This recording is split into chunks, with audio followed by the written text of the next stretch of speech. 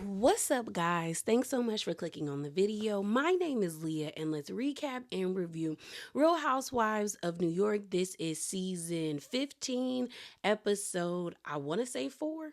I think it's 4, but let's get into it. So, I wasn't going to say anything, but I feel the need to say it. They got to do something. They got to do something, y'all, because I'm bored.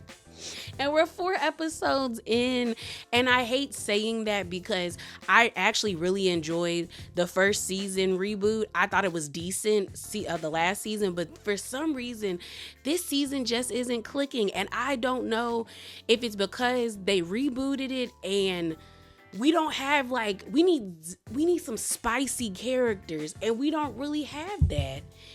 And we need it, you know what I mean? I feel like they either again need to bring back like Dorinda, Sonia, or Luann and throw them in the mix. Either make them like friends of to spice up the cast, or we need to start adding in like at least 2 or 3 girls who are going to bring the heat, because right now it's not doing it for me. And I think what also puts New York at like a disadvantage is that you have Potomac, Salt Lake City, and OC doing very well.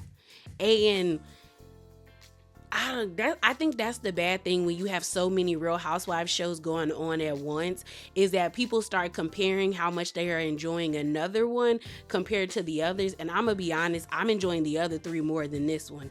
And again, as much crap as everybody was talking about Dubai, at least I found Dubai entertaining, and I was laughing and giggling at things or shocked by things. This right here, I'm just kind of like, this it? All right, y'all. So the episode opens up and it pretty much starts off where it left off. So after Uba and Bryn got into it outside on the patio in front of the ladies, and Uba called Bryn a snake and, was cussing her out. And Bryn was like, you can speak to me differently. You need to speak to me differently. And Uba was like, girl, don't tell me how to speak to you when you acting and behaving the way you're behaving. We see them all get ready to go to like tennis practice. So they all pile into the sprinter. We hear the girls having different conversations and this and that. And then they end up at the tennis training place. And the trainer was actually really cute. Like, I was like, okay, I might play tennis if they cute like that. So it seems like Aaron and Uba were the only ones who were actually being athletic and like, hitting the balls back and forth and having a good time. And we have a scene where it's Jessel and Bryn were sitting on a bench, and then there's another bench that's across from them that Jenna and Rebecca were sitting on. Mind you, we end up seeing Sai walk over, and on the bench that Jessel and Bryn were on, there was more room. So Sai could have sat there, but no, she chose to sit beside Jenna, and she kind of like turned her back to the group and started like texting. And then Raquel ends up sitting in that open spot, and Bryn kind of has like the stank face, kind of, why wouldn't you even say a stank face? She kind of looks like hurt and disappointed, and she brings up being like, this is the second time this has happened, and she's pretty much alluding to the fact that Sai is pretty much ignoring Bryn, because they show us a flashback of where Sai came into Bryn and Aaron's room to like, I guess, get a sweater or to check up on Aaron. But I think she was asking for a sweater, and she walks in and Aaron is in the bathroom, but Bryn is in the bedroom. And so she walks past Bryn, doesn't acknowledge Bryn, and tells Aaron like, oh, that's cute. And they kind of have like a casual conversation, and Aaron brings up like, what do you think about Bryn? And Sai's like, yeah, that's cute, whatever. And she walks out. And so Bryn is pretty much feeling like there's no like remorse from these girls, because then Uba comes up and like kind of twerks in front of Rebecca, Jenna, and Sai, and then she playfully like runs off and gets back onto the court to play tennis with Aaron. And she's just like, she cussed me out, Sai's ignoring me, and like nobody is remorseful. And now she's like feeling like very resentful at the fact that no one cares about her feelings. And she was like, I'm not a fighter, so like my fight or flight is kicking in and I just want to fly. And I'm just like, girl, Then why you always threatening people, Bryn? Because then you tell them you were carbon monoxide, and then you told Uba on the last episode, you better, like, I'm calm, be happy that I'm calm. So if your fight or flight is kicking in and you always, like, you want to fly, you commonly, like, you fly away, then why threaten people? Because I'm like, if you're giving out that type of energy, why are you surprised when they give it back to you and it's a little bit harder? Because if your fight or flight is to fly away, other people's fight or flight might be to fight and fight to like hurt you for real, to disarm and neutralize the threat. So while the ladies are sitting on the bench, we have an interaction between Raquel, Bryn, and Jessel, where Bryn and Jessel are like, how do you pronounce your last name? And she pronounces it for them, and it's French. And they were like, oh, where did the French part come into? And she was like, oh, my dad. And then she was like, it's a lot of mixing. I said colonialism in Puerto Rico. Okay, that's what colonialism in Puerto Rico, colonization. So basically, they were asking her questions about her family, and then she started talking about her father, where she was just like, I guess it's not her father's last name, but basically when she was 11 years old, she reached out to her father. She ended up calling, and when she called her dad, a woman picked up, and she told the woman, like, such and such, I'm his daughter. Well, the lady didn't take it too kindly, because it seems like the dad probably didn't tell the lady that he had a family, and so he pretty much ignored her. So the mom ended up calling her the father's brother. The brother went off on his brother, being like, that's your daughter, you can't just ignore her, you can't just treat her that way. So when she was around the age of 12 years old, she got invited to go to Thanksgiving with her father, and so she went to Thanksgiving. She met her sister, and I think she said she also has a brother, and they went and took those pictures that you could take in like a photo booth. The dad cut them up, handed them to all of the kids, and pretty much like waved his hands like, that's all y'all get from me, like, goodbye. And she was like, after that, I just was like, I don't want to have his last name. So she starts breaking down, because feeling that type of rejection is serious. And like she said in her confessional, like, she doesn't know how scarred she is by it, but there's definitely trauma there. Like, to be rejected by the people that are not supposed to reject you, which is your parents, because none of us honestly have a choice in the matter of being here. Like, having children is technically and truly is like a selfish choice, because you don't get to ask that person, hey, do you want to be on this earth? Do you want me to be your parent? You don't get that option. So to me, to discard your children in such a way like that is that's horrible. Like, she didn't do nothing, and the other kids didn't do anything for you to just be like, I wash my hands of you because you don't want to be a father. So she ends up getting emotional, and she ends up telling us that, like, she went to her mom saying she did not want her, her father's last name. Like, she did not want the father's last name. So she went to her mom saying, can she have her mom's last name? Well, the mom was like, her dad's no better. Like, he's an a-hole as well.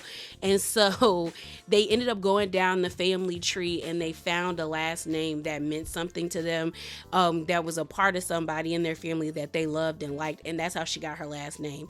So we end up seeing her be embraced by Bryn. Jessel telling her, like, girl, you made something of yourself. Like, so screw your father. Like, it's his loss anyway.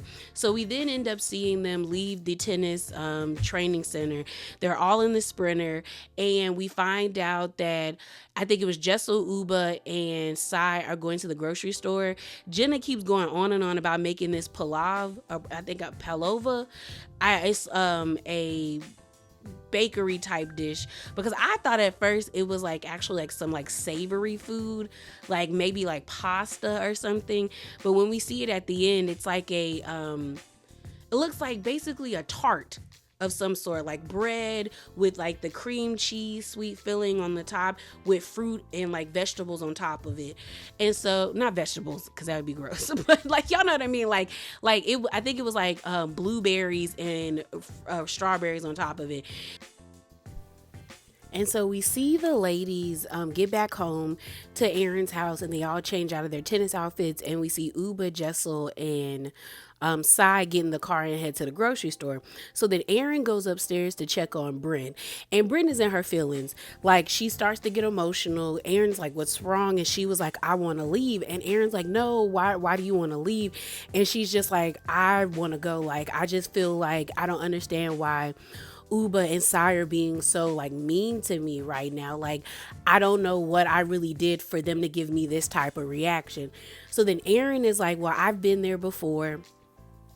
It happened to me last season, where she brings up what happened between her and Uba when they were on their cash trip, where she felt like everyone was ganging up on her. But the thing about it with Erin was, last season you did things like, everybody had gripes with you except Sai. Like, Jenna had an issue with you, Bryn had an issue with you, Jessel definitely had an issue with you, and then Uba had a problem with you. Everybody, like, Sai was honestly the only person that didn't have a problem with you, and like, they all weren't ganging up on you. They were all just saying how they all had grievances with you and you couldn't handle all of them coming at your neck. So Erin really doesn't want Bryn to leave. So basically she tells Bryn like, hey, just put on some clothes, come downstairs and try to help us cook. And so we see her get up, and then we see Jenna also go and try to check on her as well. And Jenna's like, what's going on? Are you really thinking about leaving? And Brenda's like, yeah, I'm going home. Like, I want to go home. I don't want to be here. And then Brenda's like, it's not okay the way that Uba speaks to me. Like, there's no reason why she should be cussing me out, calling me a snake and all of this stuff. And I really haven't done anything to her. And in one regard, I get where Bryn is coming from, because to me, it does feel like Uba is overreacting. It's like, Bryn hasn't really done anything directly to you, because even if you want to say what happened last season was like Bryn's fault, because Bryn did bring up about Oliver and him being a part of the show, like, you know, not being a part of the show, but like Uba dating him. She wouldn't have known that information if Sai wouldn't have told her. But I think it's like other things have kind of been stacking on top of each other. I think Uba is still mad at what happened at the reunion, where Bryn was like, you might put people in the hospital, but I put people in the funeral. I think there's just like little things that have built between Uba, or Uba has made like a mental tally of, that it's like, at this point, she just really doesn't, she don't see it for Bryn. Like, I think she wants to like Bryn, because Bryn seems to be fun, but it's like Bryn got her ways and it really rubs Uba raw. But I also feel like Uba has to take the ownership of like sitting Bryn down and having a serious conversation and being like, girl, I still get issues with you from last season. And I also feel like you've been doing real sneaky snake stuff like since you got on this show, and I just don't like the way you move and it bothers me. But it does feel like Uba is taking on size beef, you know what I mean? So Jenna convinces Bryn to come downstairs and help her make the pavlova. I think that's how you call it. And so they're messing with the oven. Jenna's running around the kitchen like a chicken with her head cut off. Like, she doesn't know where anything is, and it's kind of like, do you know how to cook? To make Bryn feel better, Jenna is letting her wear her diamond rings and her jewelry and stuff like that. And it seems to like make Bryn feel better about herself. Like, the vibe is like shifting with her. So then we leave the kitchen and we head over to the grocery store where Sai, Jessel, and Uba are. And they're playing this game about eggs where Sai was like, how much do you think these eggs are? And Jessel was like, $11, but they turned out to be $8. And then they started laughing about it. And then she was like, you know how much I'm spending on eggs? Like $1,000, you know, every day. And Sai was like, where you getting your eggs from? But then Jessel was like, no, my embryos. And she was like, oh, okay. So while they're checking out, they're having a conversation about it where she was like, no, we have like 6 or 7 embryos in Beverly Hills. We're pretty much just paying rent for them. And she was like, I really want to have a girl. And so Sai was like, I could be like, why don't y'all get a surrogate? And she was like, surrogacy costs like probably like $250,000. And Sai was like, I could be your surrogate. And Jessel was like, girl, no. Because if we let you be our surrogate, we're gonna have to play by your rules. But it's just also kind of crazy to me to see how far Jessel and Sai's relationship has come from last season, where like Sai was pretty much cussing Jessel out, to now they're having these like nice, casual, calm conversations. And seeing them on Watch What Happens Live with Uba, Sai, and Jessel, they make like a cute little like three groups. You know what I'm saying? Like a cute little threesome. Or no, it's trio, not a threesome. Trio, not a threesome, Leah. But we then see them go outside. Well, Jessel is basically complaining about how she wants to have this daughter, but Pavi really doesn't want to have him because he was like, we got two kids, it's already a lot. And but her thing is like, if she closes the door, or they stop housing these embryos and they get rid of them, she pretty much doesn't have a chance to get pregnant because she had to get pregnant through IVF. And she could probably naturally conceive, but it's harder. Like, some people do really get lucky where it's like IVF doesn't work, or it does work, and then the next time they have a kid, they do it naturally without this assistance of IVF. But it's just kind of like, I understand why she's hesitant, because if she really wants this, like, not housing the embryos is like that closes that chapter for good, and she's not ready to do that. But she also is like, my clock is ticking, and Uba was like, maybe you need to stress to him, like, your clock is ticking, like the door is closing. And Jessel is just like, I see the way you and London have such a beautiful relationship, talking about Sai and her daughter. And Sai is like, yeah, Jessel deserves a daughter. She also was like, having a daughter is like having a best friend. And I said, girl, pause, because that's not the case. Now, I know I am truly blessed to have the relationship I have with my mom, because I've seen some pretty nasty mother-daughter relationships, crazy mother-daughter relationships. So it's not always a guarantee. But I do think Jessel needs to talk to her husband, because at the end of the episode, Pavitt was playing in Jessel's face. Like, she ended up FaceTiming him, and he was like, oh, while you having a fun time, I'm over here changing diapers and cleaning up throw up. And she was like, well, I'll give you a chance to I'll give you a break. And he was like, no, you're not. You're going to come here and you're going to go to sleep. And she's like, no, I'm not. And then Rio, the one of the twins, he asked Rio, he was like, Rio, who's always sleeping in the house? And he was like, mommy. And Jessel was like, are you serious? Like, Pavi, don't teach him that. And then they ended up getting off the phone, and she called him an asshole for teaching her son to say that she sleeps all the time. And I was just kind of like, well, Jessel, do you be sleep all the time? Maybe if you like, and I mean, my thing about it is like, if Pavi probably feels like I don't know how involved she is with their kids, but it's just kind of like, if you're not showing that you can handle two kids, why would you want to add three to the mix? And maybe you just need to wait till the twins are like 5 and then have a kid, because I've oftentimes heard that like once kids get out of the terrible 2s, because I do think her kids are like 2, then things get a lot better. But right now, Pavi is like, girl, we don't need no more kids. We can't even handle the 2 we got. So the next scene we have is of the ladies having dinner, and pretty much they're all like sitting around the table and they start playing Never Have I Ever. And I think Bryn was the first one to go that was like, never have I ever screamed another person's name while having sex.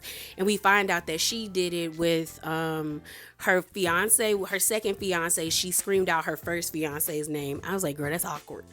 I think Sai was never have I ever see my coworker naked, and then Bryn busses out Aaron saying, well, Aaron has. And we found out that Aaron was like, no, I dated someone before they became my coworker, and they had sex, so that's how she saw that person naked. Then you have, what's it called, who else?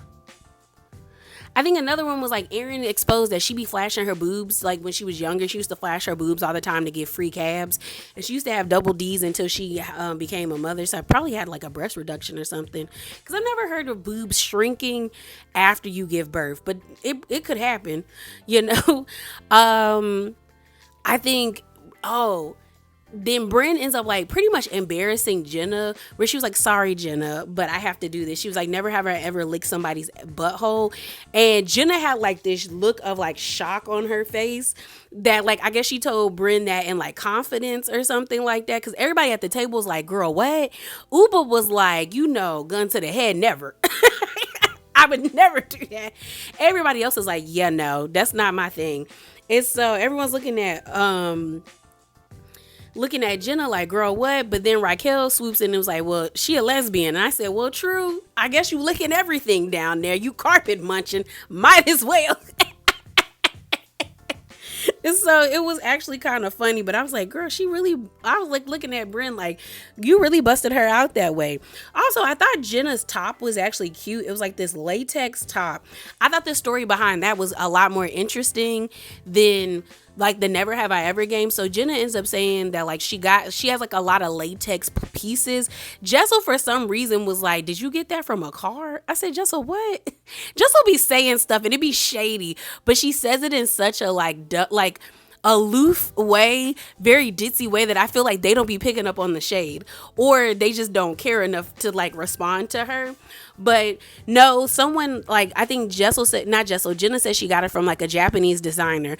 But when she was like 27, she was dating this guy who wrote for like a prestigious like newspaper or magazine or whatever, and he was writing an expose on like sex clubs. And so they went to one and it was a lot going on. They said there was one girl on a wheel and she was getting auctioned off. Another person was on like a horse barrel. I said, that's a lot.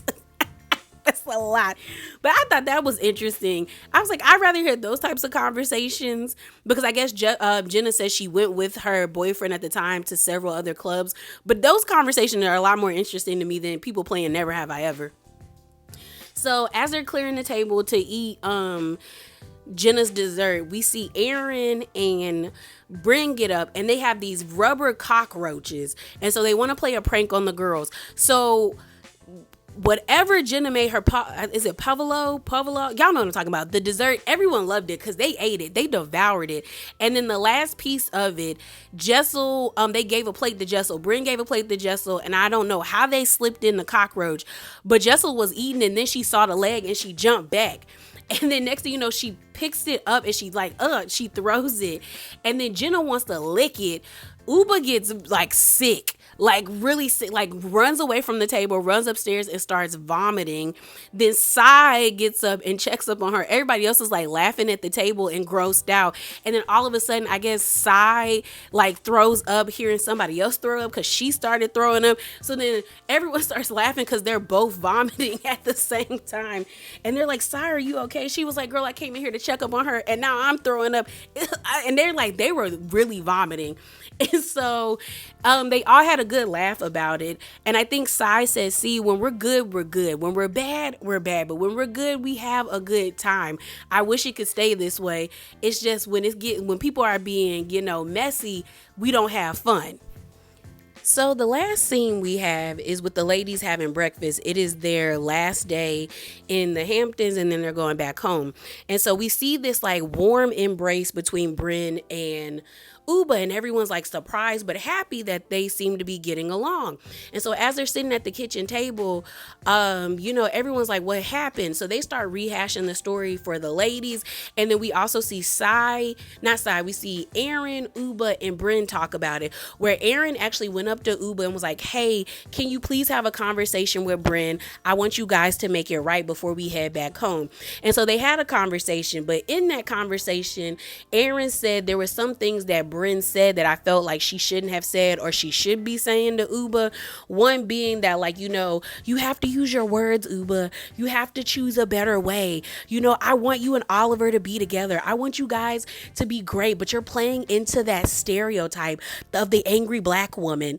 And so Aaron told Bryn, like, girl, you can't say that. Like, you're not allowed to say that. And so Bryn basically told Aaron, from what Uba said, shut up, you're not black, you wouldn't understand. And so Aaron said in her confessional, I said what I said because I knew once Uba went to sleep and marinated on what Bryn said to her, she was going to be upset. And shouts out to Aaron for knowing her friend, because Uba definitely was upset in that confessional, being like, how dare she police my response or my behavior? And that's what Aaron said. Aaron was like, Uba's gonna feel like Bryn is trying to police her behavior.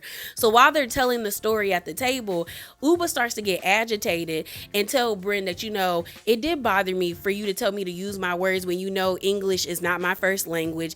And like, I do get passionate, I do get amped up, but for you to say that and then to bring Oliver into it and stuff like that, that was hurtful. And she was just like, Bryn, I really do love you. And then Uba starts to get emotional.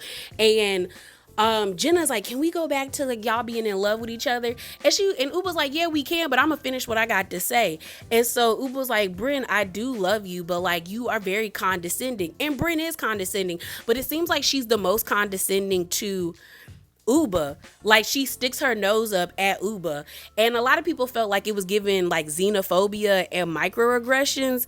And to a certain extent, yeah. Yeah, it was in some regard, because I'm like, why do you feel so comfortable being condescending towards Uba? And so Uba basically said, if I feel like you're being condescending or giving me that negative energy, I'm going to return it. So if I call you a snake, I cuss you out, that no, that was your fault for coming at me in that way. And so Bryn tries to talk to her and have a conversation, but Uba interrupts Bryn. And so everyone's like, well, Uba, let Bryn speak. And Uba's like, okay, because everyone's like, well, you say you can't stand being interrupted, but you're interrupting her now. So then Bryn ends up shutting down at the table because she just can't handle Uba coming at her like that. And so she gets up and walks away. And so then Bryn gets emotional where she's like, none of y'all were trying to stick up for me. Y'all just sat there. Why? This is like the second time this has happened that one of them has yelled at me, basically saying Sai and Uba. And Jessel was like, girl, we tried to tell her to let you speak because Jessel said something, Aaron said something, and Raquel said something, but Uba kept going. And so Bryn says, you know what? I'm sick of this. Like, I don't have to be around if y'all gonna treat me this way. And Uba had walked out of the kitchen, and then she came back in the kitchen. Sai had gotten up from the table and was like washing her hands and eating. And Aaron ends up saying like, calm down, because you giving them what they want. Like, you giving them the reaction that they want. And Brennan's like, I'm done. And she leaves the kitchen. And so here's my thing about this situation when it comes to Bryn. It's like, on one hand, I slightly understand where Bryn is coming from. Like, you don't have to yell at somebody. You don't have to cuss at them to get your point across. But on the other hand, it's like, who are you to police how people respond to your bad behavior towards them? On top of that, to say that Uba is playing into the angry black woman stereotype, when I'm like, you didn't give Sky, not about to call her Sai, the spicy Latina stereotype with all that yelling, but you said Uba was the angry black woman. And also, who are you to tell somebody that they're being a stereotype when you yourself, Bryn, are a caricature of Blanche Devereaux? That's less funny, because at least the jokes on Golden Girls still hit till this day, and they filmed that back in the 80s. Bryn has a sense of humor of a 17-year-old high school boy. Like, girl, what? And I honestly think what bothers Bryn the most is that she looked up to Sai last season because they had similar upbringings, and Sai was able to get married, have her kids and be successful. I think she also likes Uba because Uba is fun. She is sexy. She gives like somewhat sophisticated, but she is over dramatic and high key annoying. She reminds me of her cousin, Chanel Ayan. But yet Uba has been able to get the guy of her dreams who wants to marry her and have a family with her. And it's just like hearing Bryn be like, I can't help with that. I can't help with stupid. Like, Uba has air in her head. Like, I'm trying to help you out. I'm trying to not have people look at you a certain way. No, it seems like you're the only one looking at her that way, Bryn. And for you to have the audacity to tell her, like, if you keep acting this way, Oliver's not going to want to marry you. That white man with all that money is not going to want to marry you. Clearly, that white man with all that money knows what he's getting with Uba. I think he knows who Uba is. If he saw the way Uba was acting when she snatched them glasses off of Aaron's face, he knows who he is getting. So for you to be that emboldened to tell this lady, like, you need to stop playing into a stereotype is wild for me, especially from a woman that has been engaged several times and never made it down the aisle because she has commitment issues. She has childhood trauma that she needs to go sit on somebody's couch and actually unpack and heal from. Like, girl, miss me with that. And it's also the optics does not vibe well in your favor. A mixed woman who looks damn near white, because you could go for white passing back in the 1800s, like, because I've seen some pictures of white passing people where I'm like, they really couldn't tell that person was mixed. Look at the nose. That's the giveaway, but some people don't pay attention to that. They pay attention to the skin color. But for you to tell this African woman she needs to act a certain way to keep this man, girl, and then you double down on it after Aaron, who I feel is very self-centered, was like, girl, you can't say that, and was trying to tell you, don't say that. And you told her you're not black. Girl.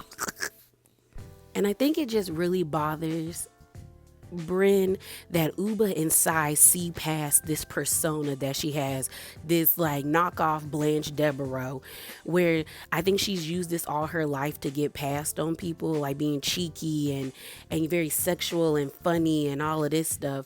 But Uba and Sai are not going for it, and I think it bothers her because she can cry to Aaron and Aaron forgives her, Jenna forgives her, Jessel forgives her, and it seems like Rebecca and Raquel are gonna forgive her too.